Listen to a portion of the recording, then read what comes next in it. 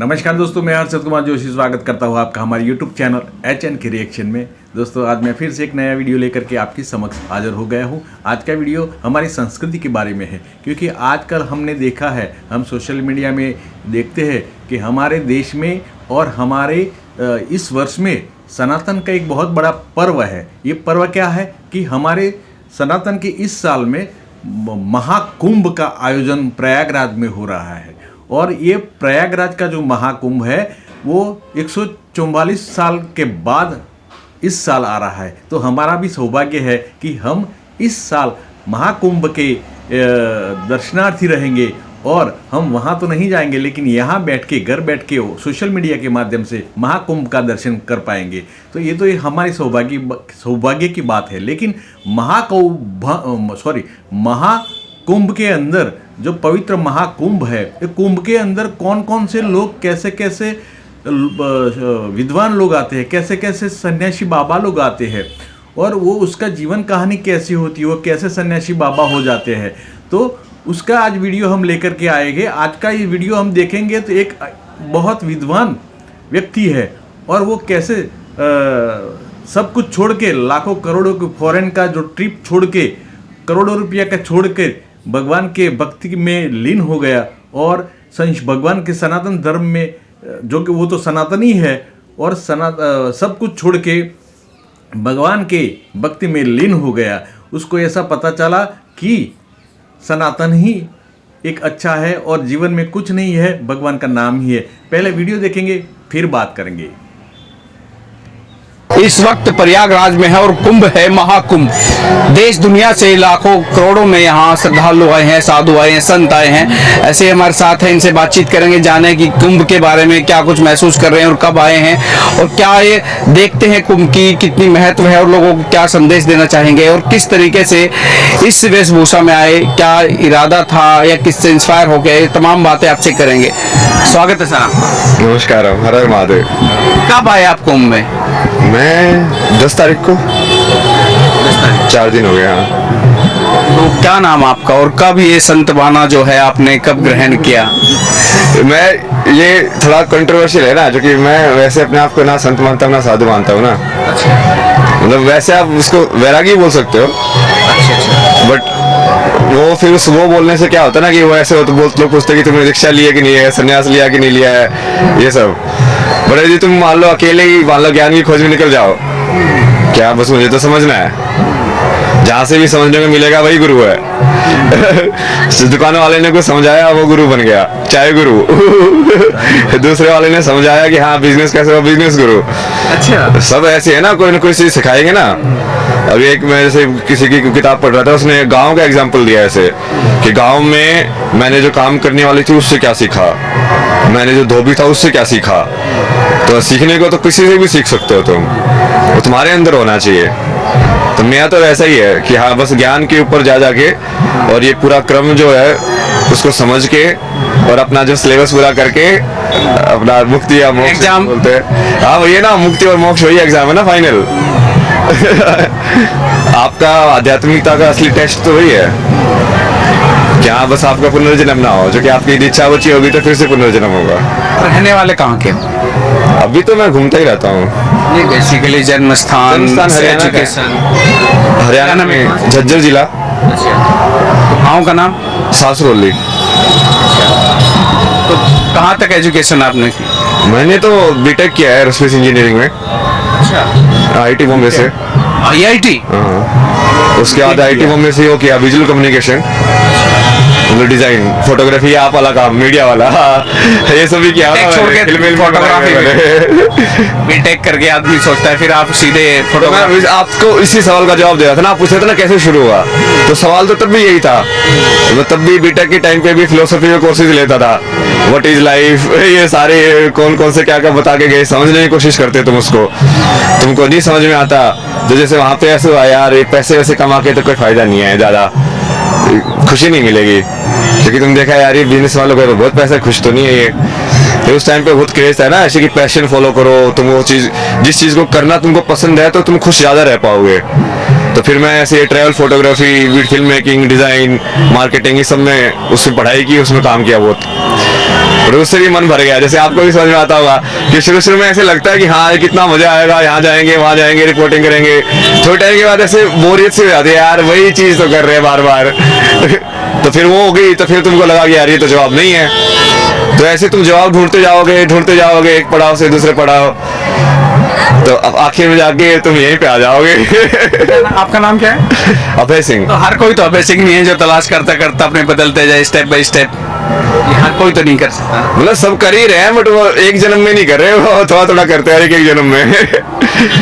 तो जब आपने IIT किया, सब कुछ किया, घर वालों की उम्मीद होती है कि अब बेटे ने ये कर लिया, अब नौकरी लगेगी, बड़ा पैकेज होगा, घर कुछ मदद होगी, तो फिर उन पे तो सबने कहा होगा, घर वाले नाराज तो हुए होंगे जब आपने फिर ये छोड़ के सब ये धारण कर लिया कि उम्मीद सी बेटा लैपटॉप रखेगा हाथ में। वैसे ये बोला ना, मैंने कोई धारण नहीं किया, मैं उनको ये समझाया, ये भारत की सबसे बड़ी प्रॉब्लम यही है। मैं घर में बैठ के बेसिकली वो सदगुरु का क्रिया है मैं वो करता था, ये ध्यान में बैठ के ओम ओम तुम कर रहे हो, क्रिया कर रहे हो।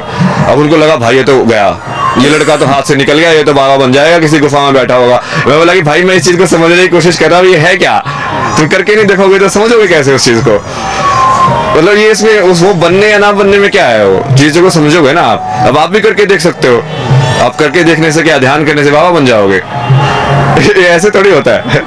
तो वेशभूषा वो तो ठीक है, तुम संसार में रह के भी बिना संसार के रह सकते हो, मतलब, और वही सबसे बड़ी परीक्षा है। बट वो लोगों के दिमाग में ऐसा है कि हाँ तुमने ऐसे कपड़े पहन लिए, ये सब, मैं तो कुछ भी पहन लेता हूँ, ये तो ये ज्यादा कंफर्टेबल है, इसलिए जो मिला वही पहन लो ना, उसमें क्या है।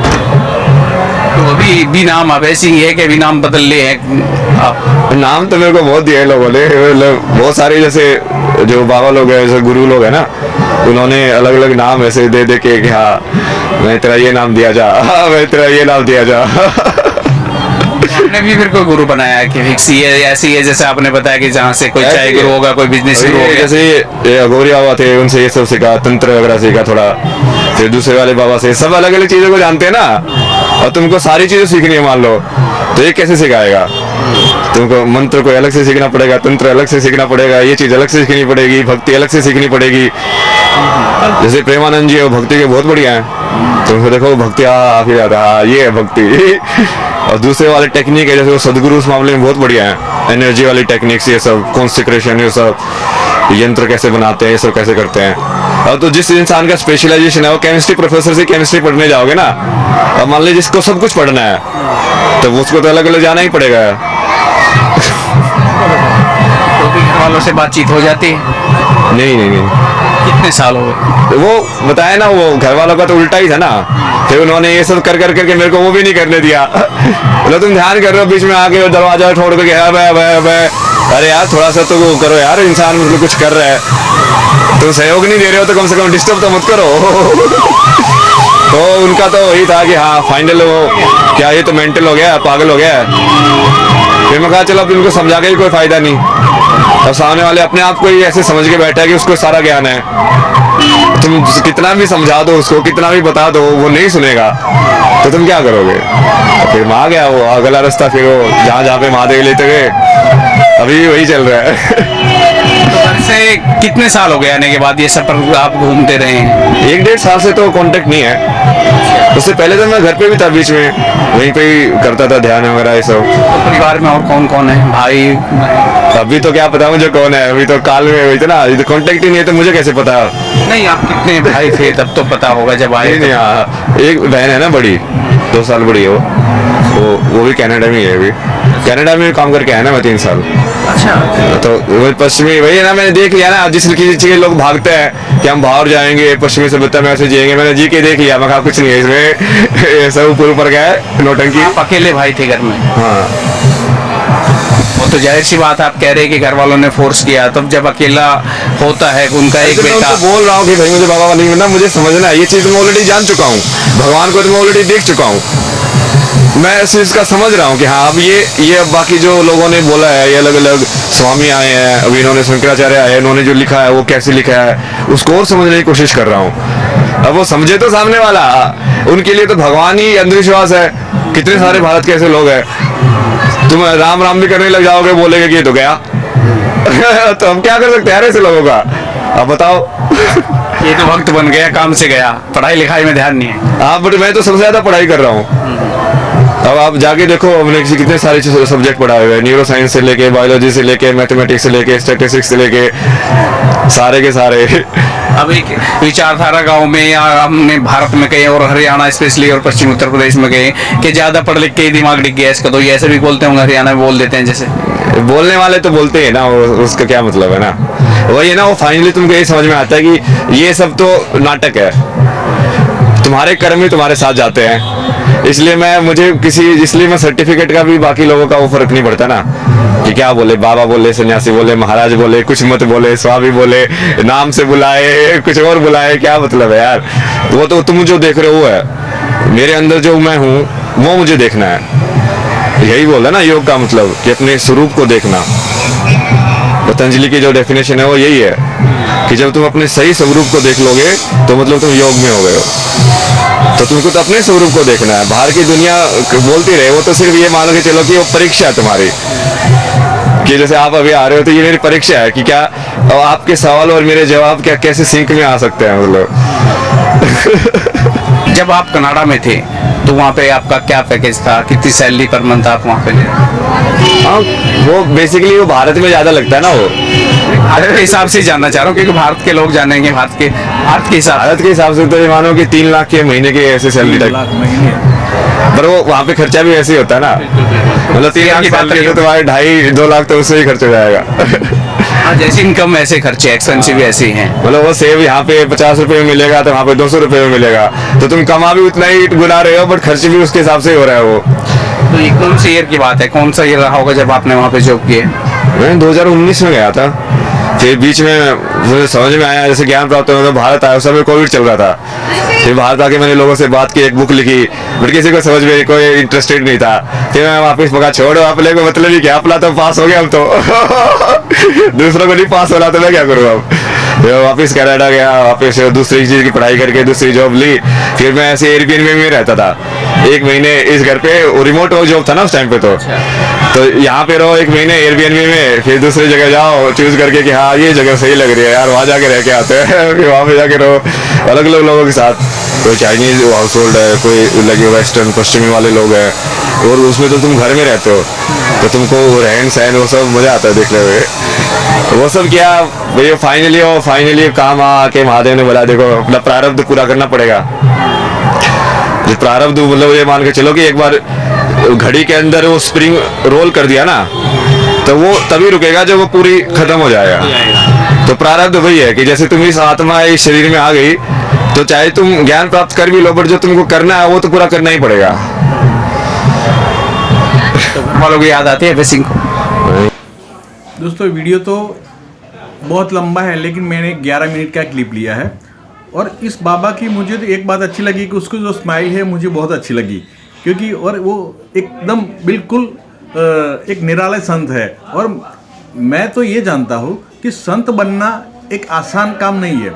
संत बनना एक पूर्व जन्म का कर्म होता है कि आपके अगले जन्म में कैसे कर्म होंगे, अगले जन्म में अच्छे कर्म होंगे तो ही आप संत बन पाएंगे। वरना संत तो हम भी बनना चाहते हैं, हम कैसे संत नहीं बन पाते।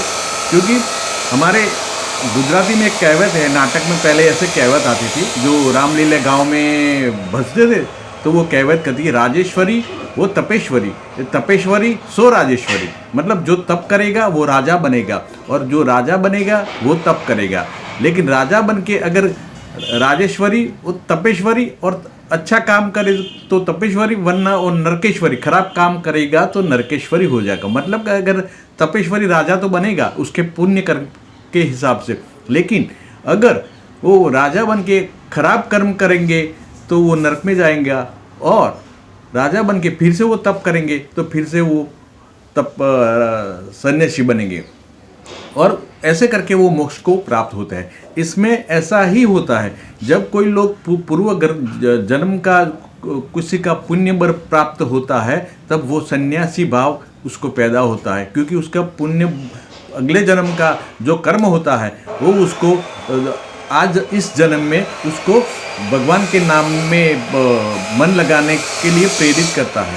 वरना हम लोग तो सामान्य लोग हैं, हम तो ऐसे ही संसार में सड़ जाते हैं। दूसरा कि इस बंदे ने बताया कि हमने तो फॉरेन भी जाकर फॉरेन भी जा कर के महीने का 3-4 लाख रुपए पैकेज भी लिया था, फिर भी हमको संतुष्ट नहीं हुआ।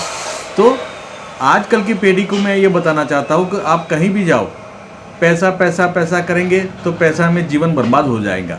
हाँ, मुझे पता है जब पहले जब छोटे लोग थे, गरीब लोग थे, तो वो लोग भगवान को बहुत मानते थे। लेकिन आजकल जो पैसा, वही लोग पैसा जब ज़्यादा कमाते हैं तो भगवान को मानते नहीं। क्या अभी हम तो मेहनत से कमाते हैं। और इस बंदे ने ऐसा बोला कि आजकल लोग भगवान को अंधविश्वास बोलते हैं, और वो ज़्यादातर हमारे सनातन लोग ही ऐसे बोलते हैं, जबकि उसका उल्टा फॉरेन में होता है। आजकल हम देखेंगे तो फॉरेन के लोग, जो लोग हमको पहले अंधविश्वास बोलते हैं, वो लोग हमारा सनातन धर्म अपनाते हैं। और आप इस कुंभ में देखेंगे तो ज़्यादातर लोग फॉरेन में बहुत महत्व है हमारा कुंभ का। और ज़्यादातर तो हम वीडियो में देखेंगे तो ज़्यादातर फॉरेन के सन्यासी, जो फॉरेन के अघोरी हो, वो लोग हमारे सनातन भारत देश में आते हैं और हमारे सनातन को महत्व समझते हैं। और फिर वो भी पूछते हैं, तब जाके हमको पता चलता है कि हमारा सनातन धर्म कितना महान है। दोस्तों, आज का आपको ये वीडियो कैसा लगा कमेंट करके ज़रूर बताना।